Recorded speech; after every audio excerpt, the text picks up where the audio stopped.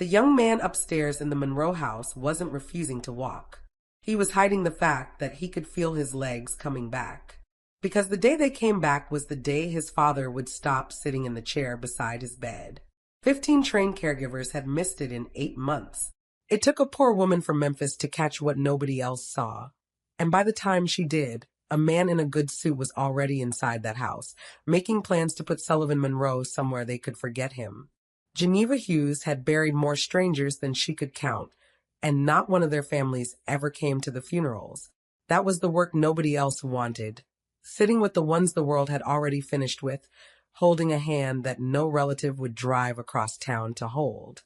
So when the agency called her about a job 15 other people had already walked out of, she didn't ask why they quit. She asked how much it paid, and whether they'd take somebody without the nursing certificate, because the bank had given her until the end of the month to find $4,000 or hand over the only house her grandson had ever known. The woman on the phone went silent a second too long. Mrs. Hughes, I'll be honest with you, because you'll find out anyway. We've sent 15 people to that house in 8 months. Trained people. 2 of them lasted a single afternoon. And it isn't that the young man up there is hard to care for, Mrs. Hughes. It's that he doesn't want to be cared for. He runs them out on purpose, watches each one, figures out the thing that wears her down, and uses it. By the 5th one, he had it down to a method. The family doesn't want to hear that. And his father pays whatever it takes to pretend that isn't what's happening. Geneva looked across her kitchen at the stack of envelopes she'd stopped opening, red prints showing through the little windows. Graham's school shoes sat by the door, soles peeling, and the boy was 18 and too proud to mention it. What's wrong with his legs? She asked. Guillain-Barré. Some syndrome where the body turns on its own nerves. He went from running that man's company to not being able to lift a fork. 8 months ago. He's 22. 22. 4 years older than Graham. Geneva shut her eyes and saw a young man she'd never met, lying in a bed in a house she'd never seen, deciding he was already dead. She knew that decision. She'd made it herself at 19, the year her own mother sat her down and informed her she'd thrown her whole life in a ditch. When do they want me? The Monroe house did not look like a place where anyone lived. It looked like a place where things were kept. Marble that gave nothing back under her shoes, a staircase wide enough to drive a truck up, a hush so thick Geneva could hear her own pulse. A man in a gray suit met her at the door, took in her cardigan and her canvas bag, and she watched him pencil her in to be gone by Friday. He didn't offer a hand. You're the new one. I'm Geneva. Mr. Monroe will see you in the study. The patient is upstairs. We don't go up without reason. And Mrs. Hughes, when Mr. Porter Monroe phones the house, you walk the phone to Mr. Monroe immediately. Mr. Porter is the family's other Monroe. He sits on the board, and he has been attentive to what your predecessors had to report. The patient, not Sullivan, not the boy, a thing that happened in a room they avoided. Lincoln Monroe rose when she came in, which surprised her, and shook her hand, which surprised her more. He was tall and tailored and worn down past anything money could fix. He spoke how men like him speak, clipped, clean sentences with no soft edges, laying out the rules like terms in a contract. My son requires structured care. Meals at 8, noon, and 6. The therapist comes Tuesdays and Thursdays. You'll keep to the schedule. You will not discuss his condition with him beyond what's necessary. You will not discuss me. And you will not, under any circumstances, raise the subject of recovery, because there is no recovery and false hope is a cruelty. For 1 second the contract voice cracked open.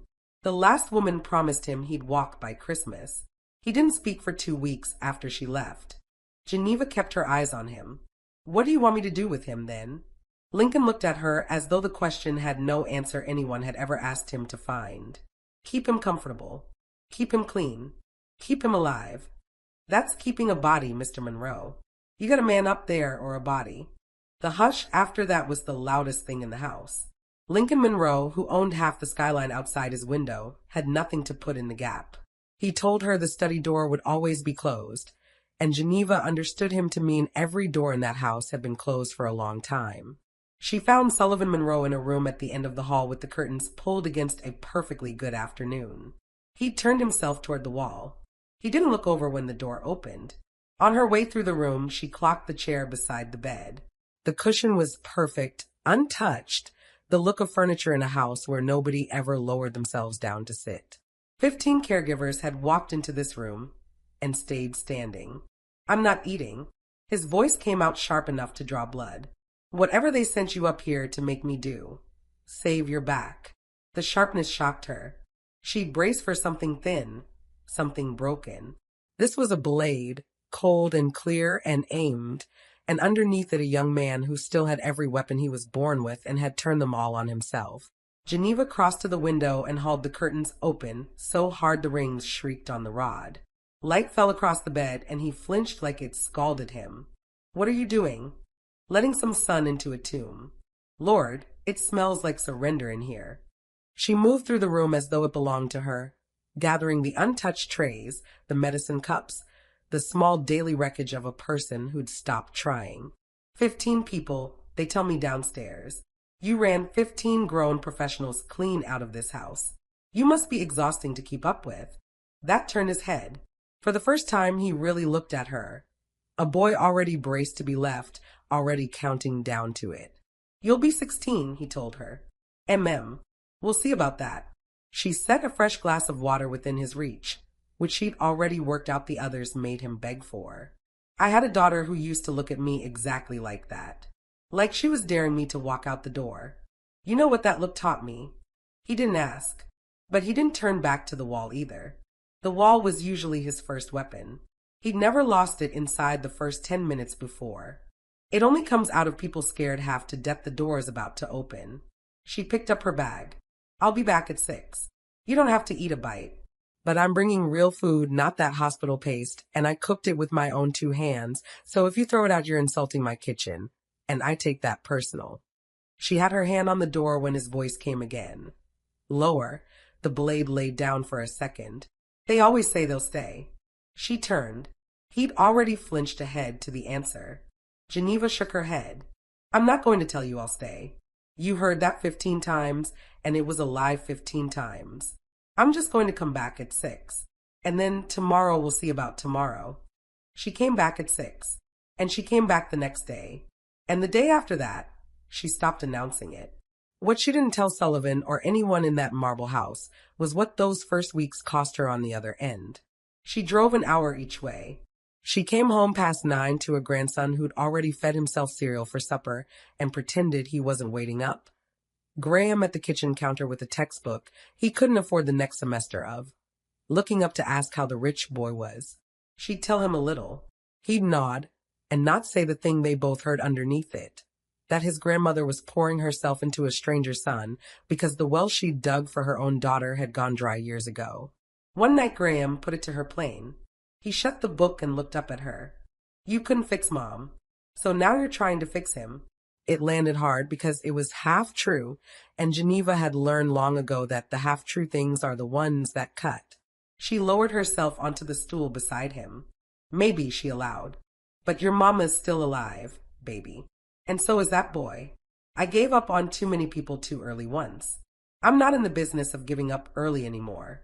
Not on her. Not on him. Not on you. She tapped the textbook. We'll find the money for next semester. I don't know how yet, but I have never once not found it, and I'm not going to start failing you now. Graham didn't answer her, but he opened the book back up, and he stayed where he was doing his work until she went to bed, and Geneva understood that for what it was. It took 11 days before Sullivan Monroe put food in his mouth in front of her without being fought into it. She refused to make it a victory. A body that proud would rather starve than be clapped for. So she talked the whole time about nothing. About Graham flunking his driving test twice. About the preacher who'd fallen asleep in his own sermon. About the shameful price of okra.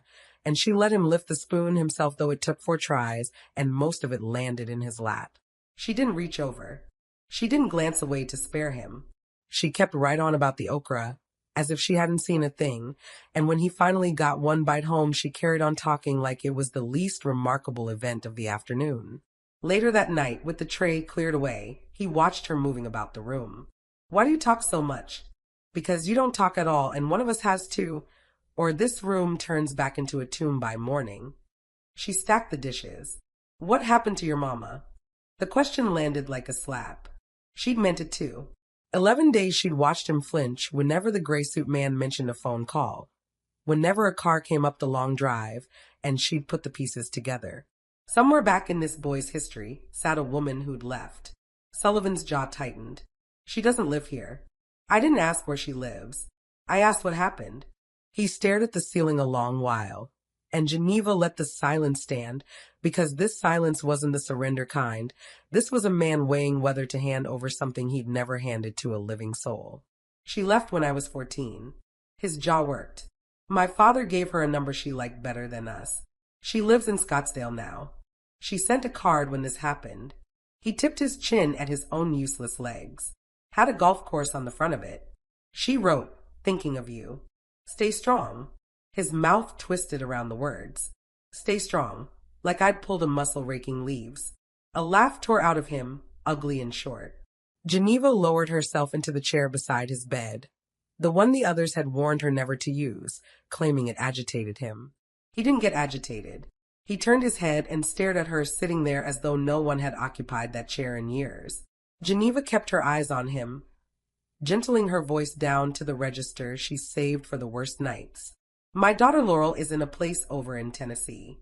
A hospital, the polite kind, where they keep people who can't keep themselves.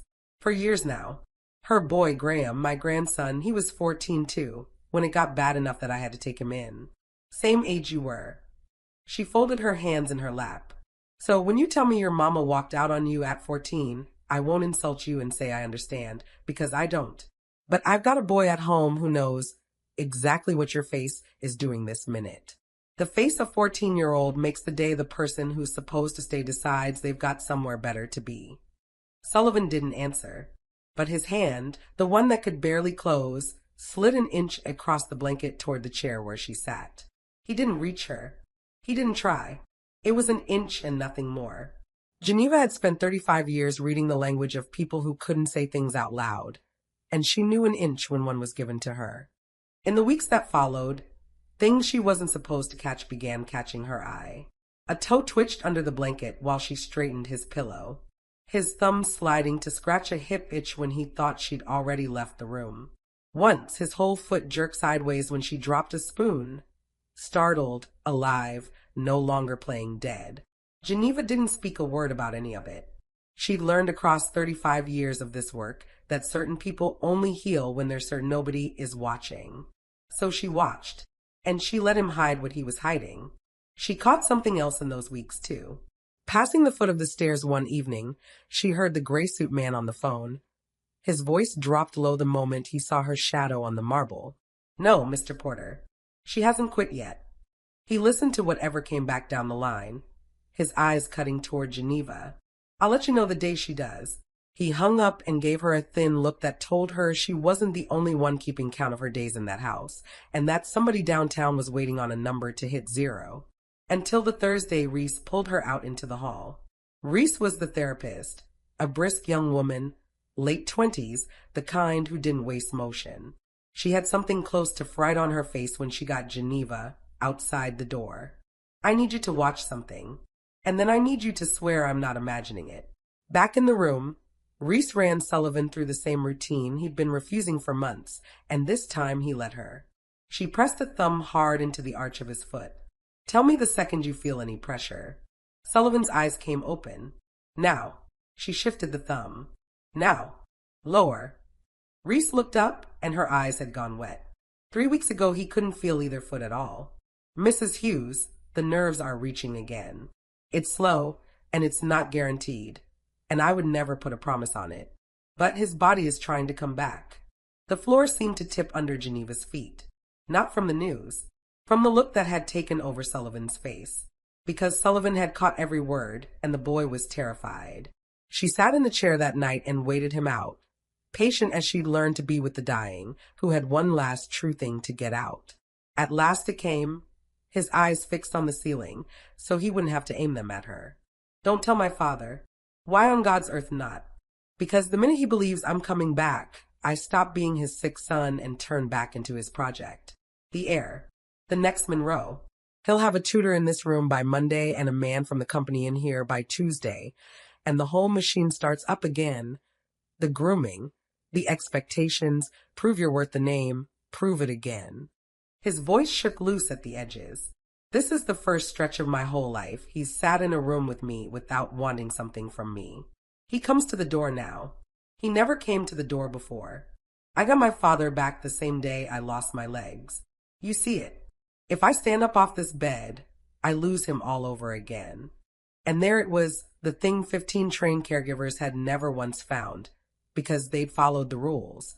Clinical distance, fixed schedule, no personal talk. Rules built to keep this exact truth buried at the bottom of the house. Geneva had broken every single one of them, and so she became the only person in 8 months who understood that Sullivan Monroe wasn't refusing to recover. He was hiding the recovery, to hold on to the one scrap of love he'd starved for since he was a boy. Geneva leaned in and took his hand, the whole hand, not the polite fingers, and held it. Baby, I'm going to tell you a thing, and I need you to hear it from a woman who has tried it the wrong way already. You cannot make somebody love you by shrinking yourself small. I did it. I folded myself down to nothing trying to make my own mama proud, and you want to know what it earned me? Not one thing.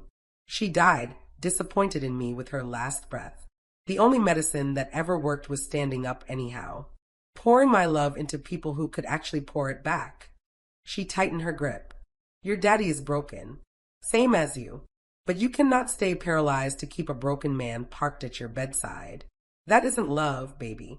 That's two drowning people agreeing to hold each other under. He cried then, the first time since she'd known him. Big, ugly, freight train sobs, the kind that had been dammed up for 8 months behind a wall of cruelty, and Geneva held his hand through every one of them and never once told him to stay strong. Things got worse before they got better, as true things tend to. Lincoln's younger brother, Porter Monroe, had been circling the house for weeks, and Geneva had read him inside of one visit. Porter smiled with his entire face and nothing whatsoever behind it.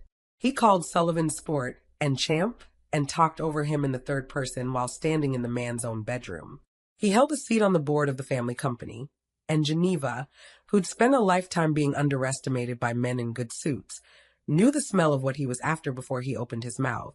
She caught it through the study door she'd been told never to go near. Lincoln, I'm only saying this because I love that boy. But look at him. 8 months, 15 caregivers, and now what, a maid from Memphis? You cannot run this company and play night nurse to a vegetable. There are facilities, good ones, calm, dignified places. We get him properly assessed, we get the conservatorship squared away, and you can finally grieve your son instead of standing guard over a body. The board's already nervous. A Monroe who can't feed himself, sitting there named as heir? That's exposure we can't carry. Geneva's blood turned to ice water. Conservatorship. Assessed. Facility.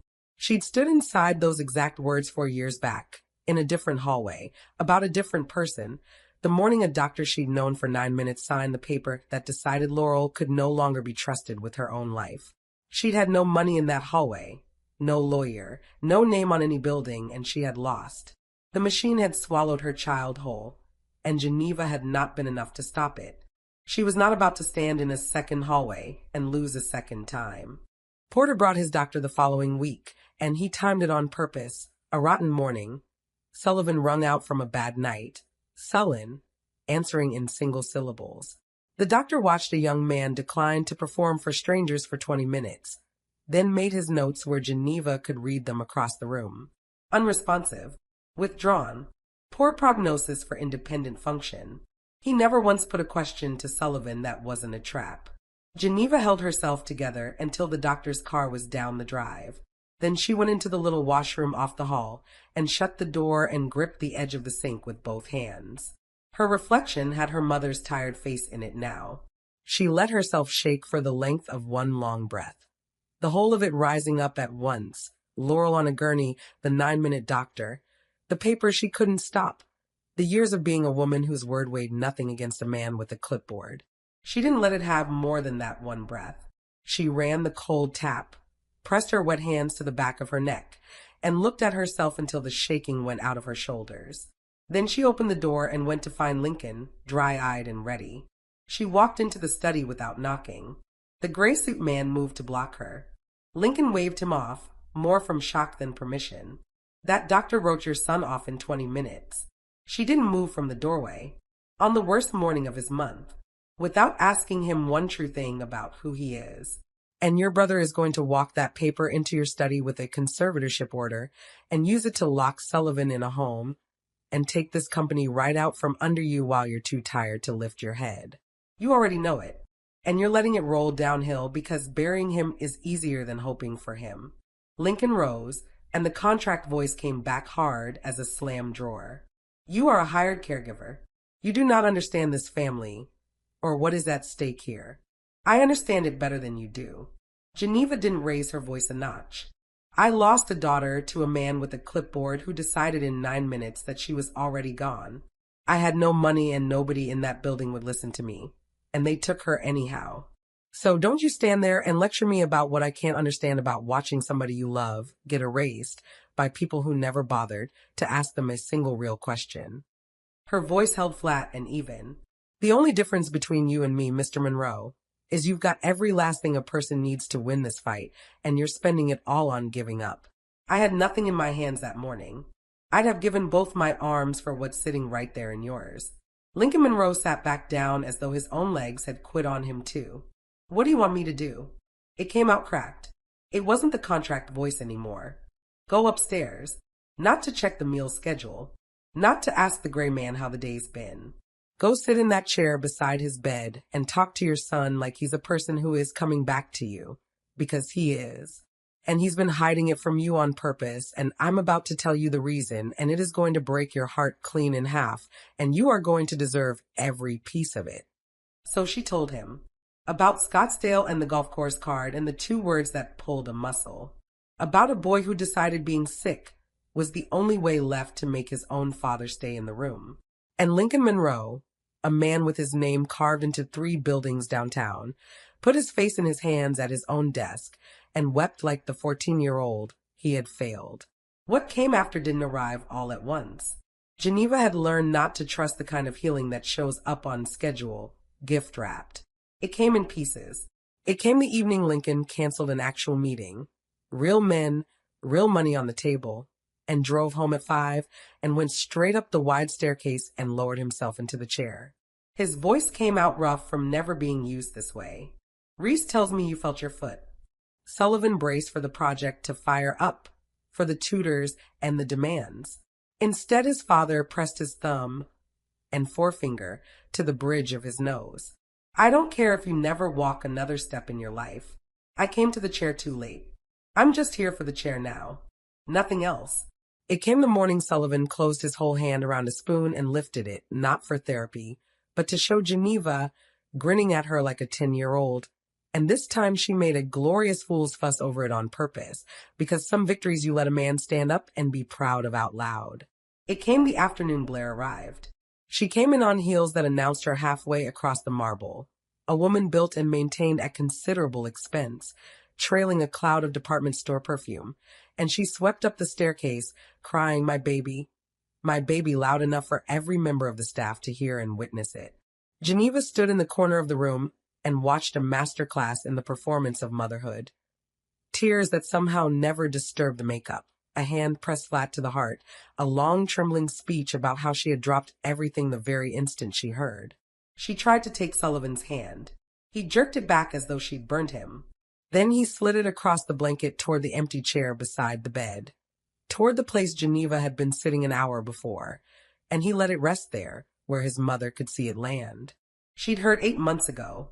She'd answered with a card that had a golf course on the front. And she'd come now, Geneva understood, because Porter had picked up a phone. Because if a fight was brewing over a Monroe fortune, a mother's tears could swing a conservatorship vote, and Blair had always known the exact price of things. Sullivan looked at his mother performing grief in the doorway. Then he turned and looked at Geneva in the corner, Geneva, who had wiped him clean and held his hand through the worst of the sobbing and lowered herself into that chair every single night and not once called him my baby for an audience.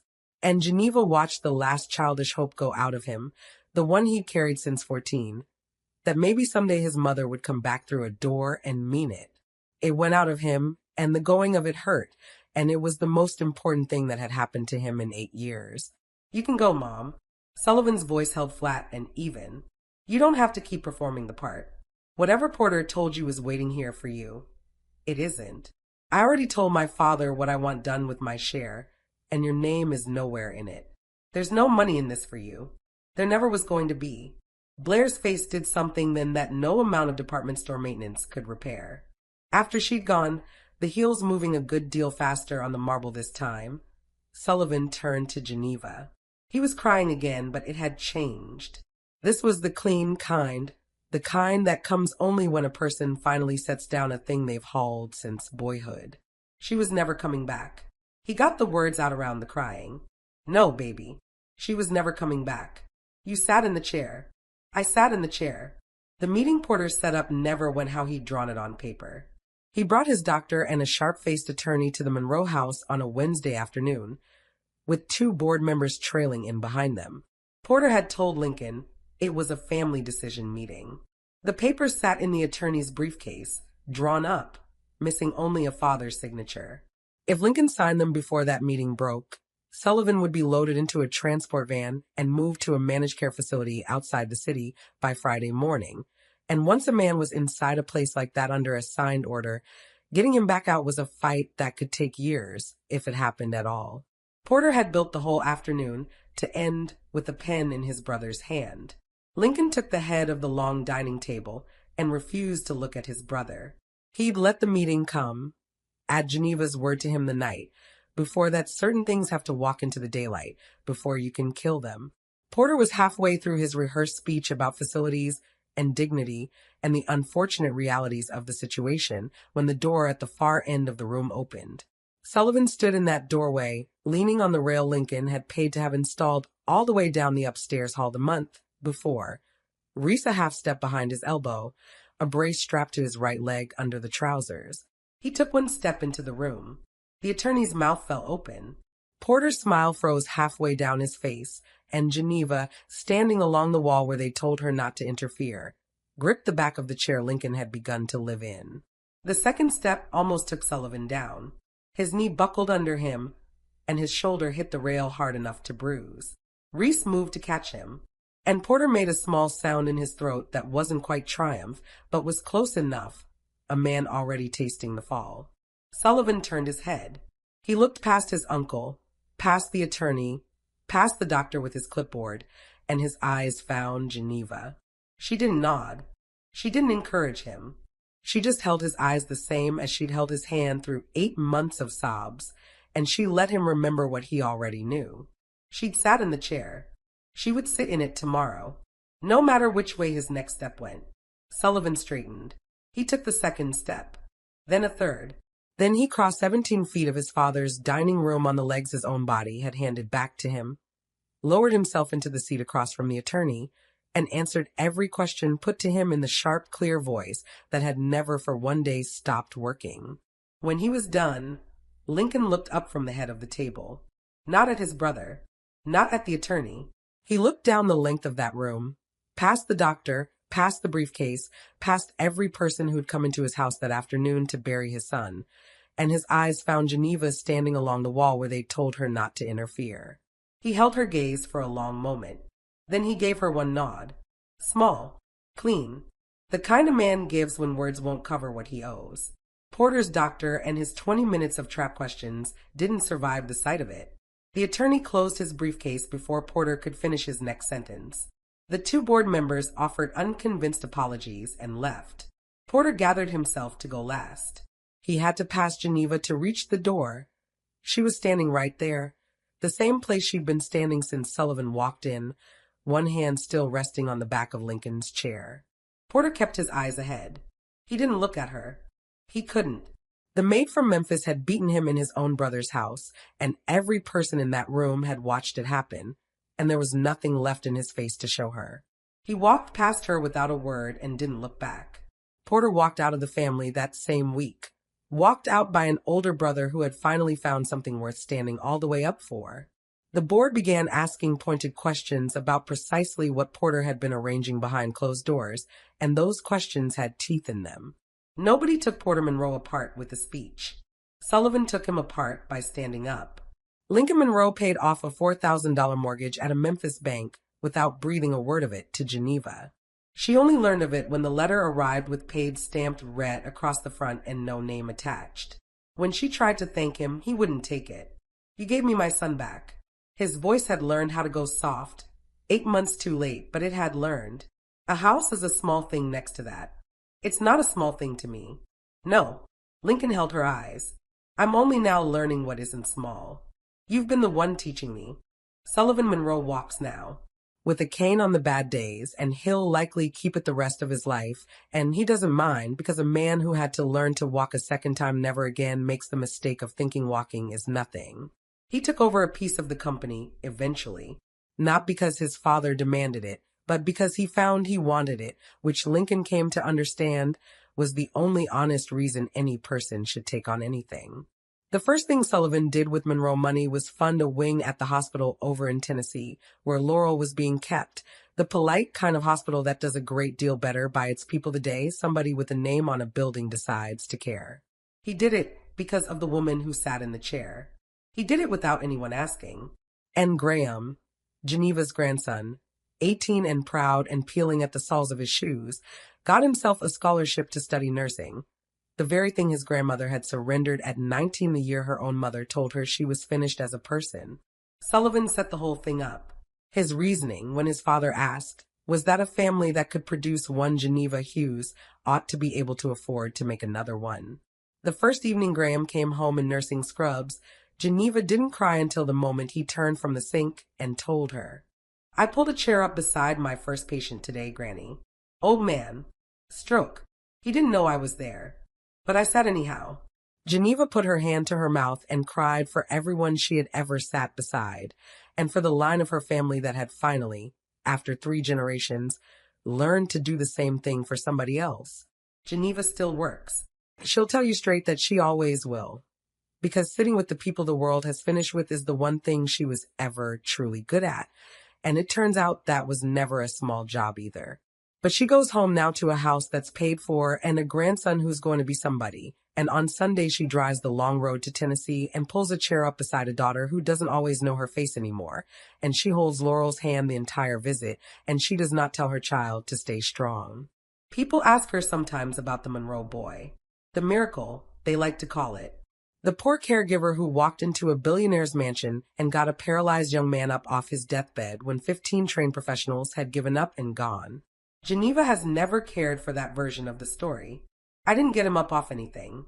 That's all she'll grant you at first. He got himself up. All I did was pull a chair over, so the boy wasn't alone when he finally did it. Then she goes still, the real kind of still. And if you wait her out, patient as she once waited out a dying stranger, she'll hand you the part she actually means. That young man is convinced I saved his life. But I was the one drowning the morning I took that job. For $1,000 I didn't have. A daughter I can't reach anymore. A whole lifetime of being the woman nobody ever thinks to thank. He's sure I gave him back his life. She'll look at you then, dead even, no flinch in it. He gave me back mine. So you go on and tell me, after every bit of it, who exactly saved who? She never answers her own question. She leaves it sitting there in the open, like a door propped wide on purpose, in case somebody who's been needing to walk through it for a long time finally can. 15 people walked out of that house before Geneva walked in. Nobody remembers their names. Not Sullivan, not Lincoln, not the man in the gray suit who counted their days. 15 trained professionals looked at a room with a boy in it and a chair beside the bed, and every one of them decided the chair was not their job. The 16 sat down. That is the whole story. Strip away the mansion and the money and the brother with the briefcase, and what's left is a chair that 15 people refused and one tired woman pulled close. Everything that happened after the standing, the walking, the wing in Tennessee, the boy in scrubs who learned to sit with strangers, all of it grew out of one woman deciding that a person nobody else would sit with was worth sitting with anyway. You have a chair like that. Everybody does. Somewhere in your life there's a person the world has quietly agreed to stop showing up for, too far gone, too difficult, too much. And there's a seat next to them that stays empty because sitting in it costs something and pays nothing back.